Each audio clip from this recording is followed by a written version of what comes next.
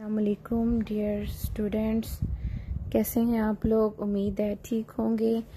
और आपका जो है आपका इस वीक का आज का आपका फर्स्ट लेक्चर है। हमने स्टार्ट किया हुआ था सेकंड चैप्टर, और सेकंड चैप्टर में हमने पहले पढ़ा था जनूबी एशिया में जो ब्रिटिश एजुकेशन सिस्टम था उसका इंट्रोडक्शन देखा था हमने थोड़ा सा। देन उसके बाद ईस्ट इंडिया कंपनी जो है किस तरह बनी, कैसे जो है अंग्रेज़ों ने यहाँ पे मदाखलत की और तिजारत की गर्ज से आए, और फिर किस तरह जो है उन्होंने हमारे एजुकेशनल सिस्टम को और हमारे जो है कल्चर को तबाह करने की जो है कोशिश की, जिसमें वो सक्सेसफुल रहे। और किस तरह उन्होंने हमें जो है मॉरली जो है पसपा करके हमारे ऊपर जो है कब्ज़ा कर लिया। ठीक है, फिर उसके बाद हमने उसी से जो है आगे उनसे तालीमी सिस्टम को, हम जो ब्रिटिश एजुकेशन सिस्टम था उसको स्टडी कर रहे थे।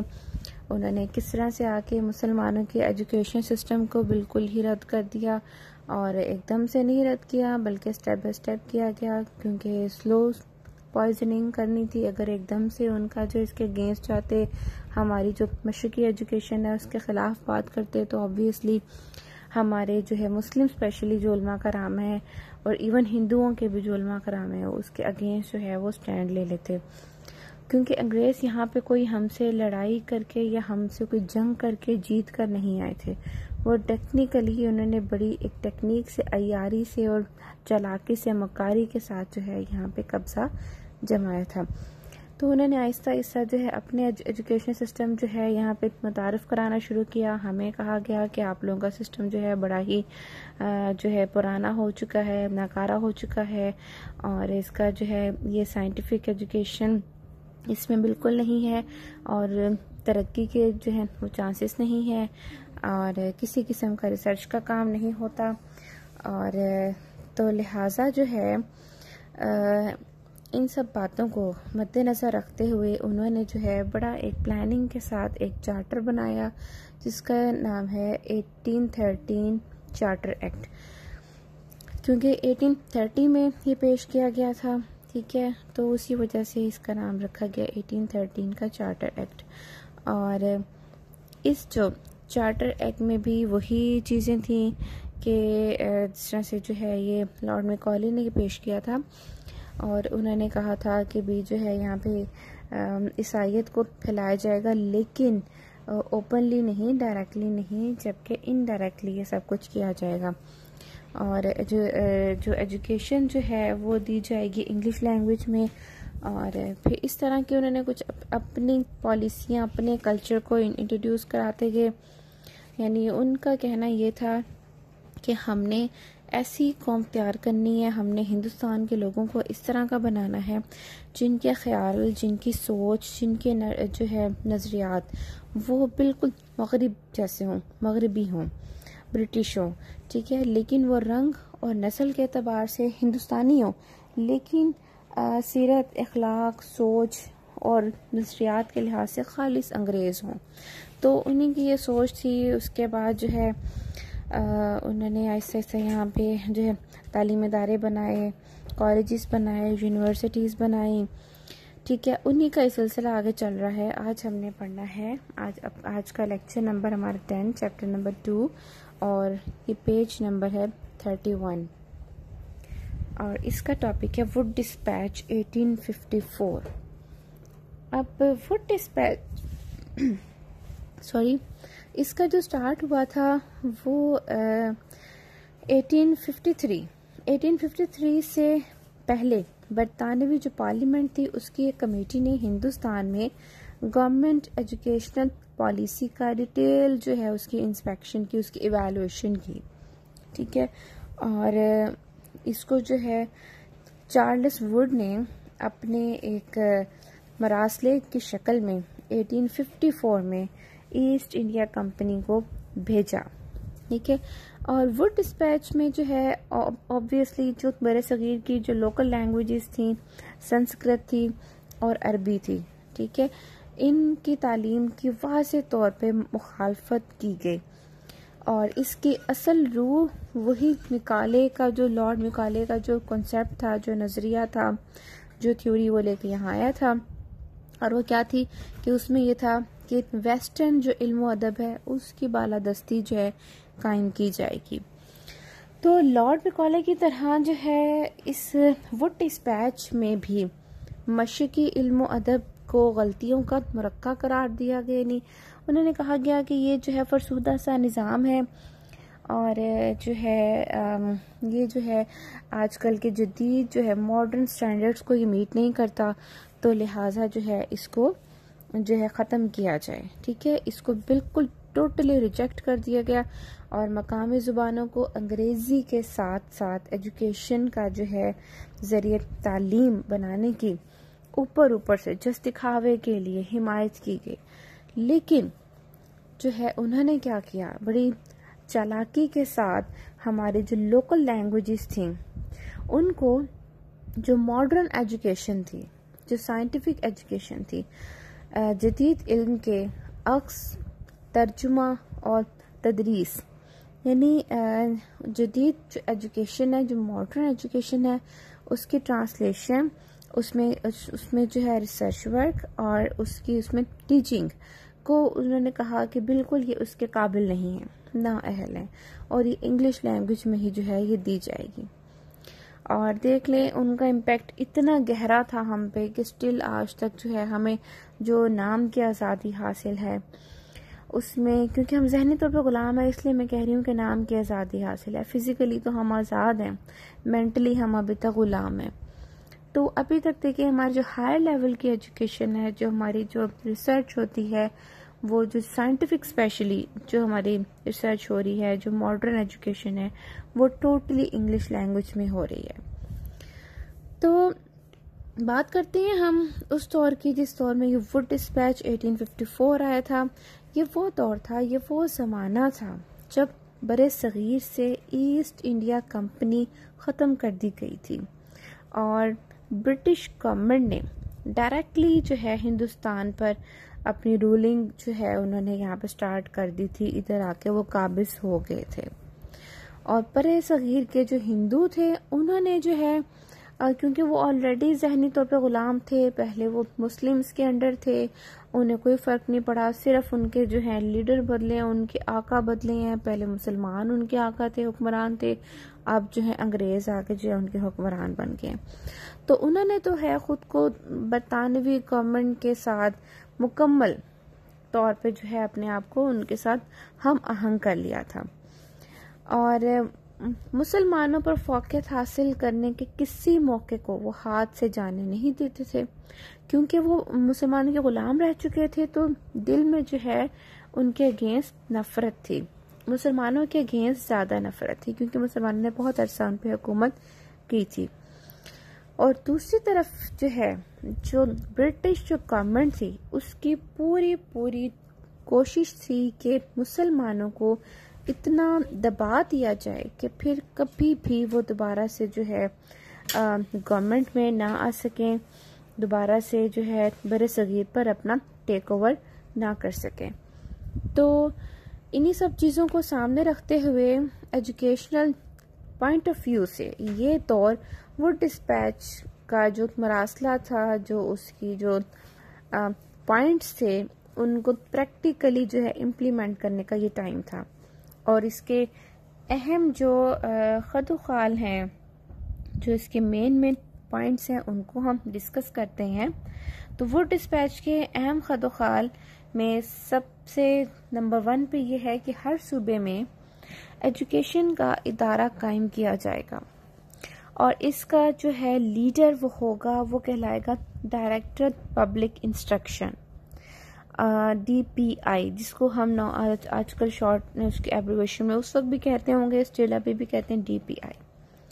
अच्छा, अब इसकी मदद के लिए जो है इसके अंडर जो है मुनासिब तादाद में, यानी जितनी उसको रिक्वायर्ड है, जितने अजला हैं, जितनी जो पॉपुलेशन है, उसके अकॉर्डिंगली जो है उसके रेशो को देख के जो है उसमें इंस्पेक्टर मुकर्रर किए जाएंगे। क्योंकि वो पूरे सूबे का होगा DPI, तो वो सूबा जो है उसमें पूरे सूबे को एक ऑफिस जो है DPI का ऑफिस उसे कंट्रोल करना उसके लिए मुश्किल होता है। तो वो अपने अंडर जो है इंस्पेक्टर मुकर्रर करेंगे जो कि गवर्नमेंट के खर्च पर या इमदाद से चलने वाले स्कूलों और कॉलेजों का हर साल मुआयना किया करेंगे। और इसके अलावा नंबर 2 ये था कि महकमा एजुकेशन जो है ये सूबे की एजुकेशनल डेवलपमेंट के लिए जो ज़रूरी इक़दामात हैं उसके सिलसिले में एनुअली रिपोर्ट्स तैयार करेंगे और तालीमी आदाद शुमार जो हैं वो शाया किए जाएंगे। थर्ड पॉइंट है कि लंदन यूनिवर्सिटी की तरह मुल्क में भी तालीमी इदारे जो हैं कायम किए जाएंगे, यूनिवर्सिटियां बनाई जाएंगी। और इसी सिलसिले में 1857 में बम्बई और कलकत्ता और मद्रास यहाँ पे यूनिवर्सिटियां कायम की गई, बिल्कुल लंदन जैसी। और पंजाब यूनिवर्सिटी जो है ये भी बनाई गई 1882 में लाहौर में कायम की गई, जो स्टिल अभी तक फंक्शनल है। और शुरू में जो है यूनिवर्सिटियों का काम क्या था, वही काम था जो हमारे जो है यहाँ पे BISC board of intermediate and secondary education जो काम करते हैं, एग्जाम्स कंडक्ट करते हैं मैट्रिक के, इंटर के, तो इनका काम भी जो है यही था कि यूनिवर्सिटीज़ के एग्ज़ाम्स वगैरह कंडक्ट करना, सिर्फ इम्तिहान लेना, ठीक है। जबकि बाद में यूनिवर्सिटीज़ के नहीं बल्कि जो है इंटर लेवल के, ग्रेजुएशन लेवल के जो इम्तिहानात थे वो सब के सब जो है यूनिवर्सिटीज़ के अंडर होते थे। और यहाँ पे टीचिंग का सच नहीं था, लेकिन बाद में जो है टीचिंग भी स्टार्ट कर दी गई थी। देन इसके बाद है जी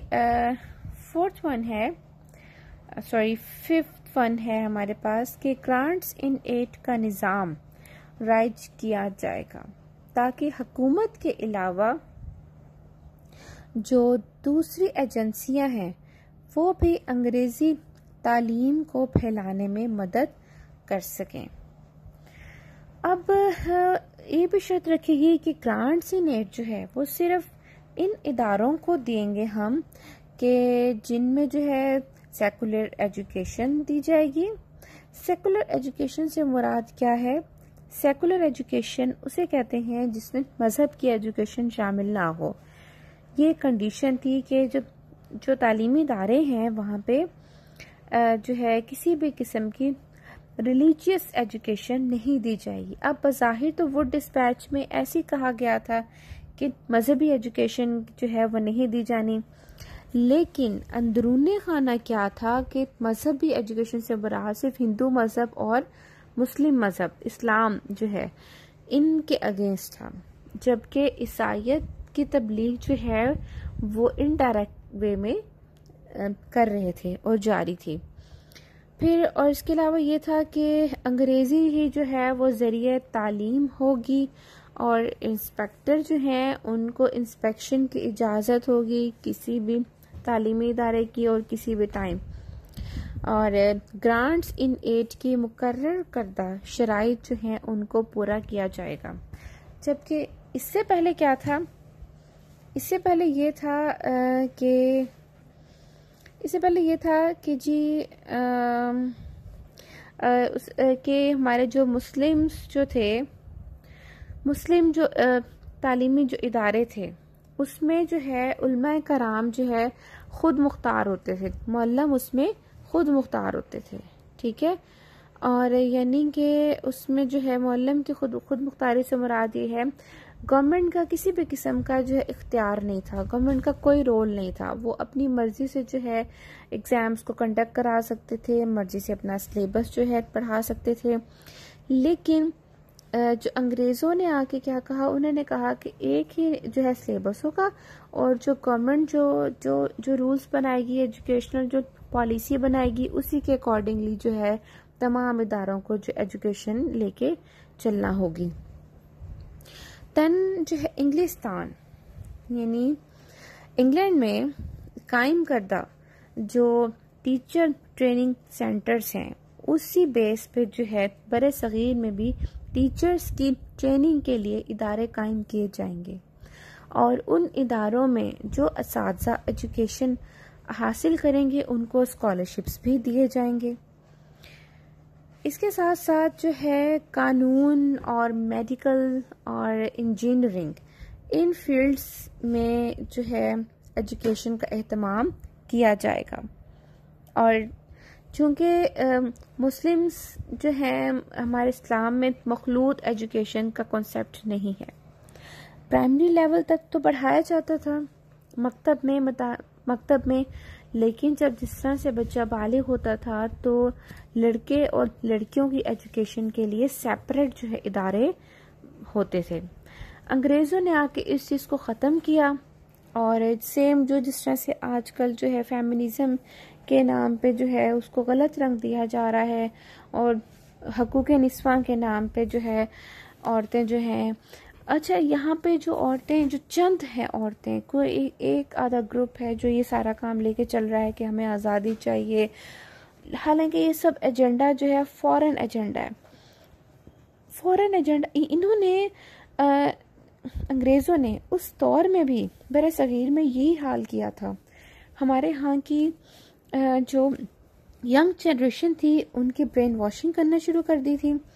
उन्हें कहा गया कि भैया आपके साथ तो बड़ी ज़्यादती होती है कि जी लड़कियों के लिए जो है अलग सिस्टम, आप लोगों के लिए और लड़कों के लिए अलग सिस्टम, ऐसा तो नहीं होना चाहिए। क्योंकि उन्होंने फिर बाद में एक साथ इकट्ठे आगे प्रैक्टिकल जब लाइफ में आएंगे एक साथ इकट्ठे जो है हर काम करना है, जॉब में भी एक साथ इकट्ठे होंगे, तो औरत को स्ट्रॉन्ग किया जाना चाहिए। यानी उन्होंने उसको गलत रंग दे के जो है ब्रेन वॉशिंग की और उन्होंने कहा कि फीमेल्स को भी मखलूत एजुकेशन यानी को एजुकेशन, लड़के लड़कियां जहाँ पे इकट्ठे होते हैं एक साथ इकट्ठी यकसा अहमियत देनी चाहिए और जो है सेम इंस्टीट्यूट्स में लड़के लड़कियों की एजुकेशन का इंतज़ाम करना चाहिए।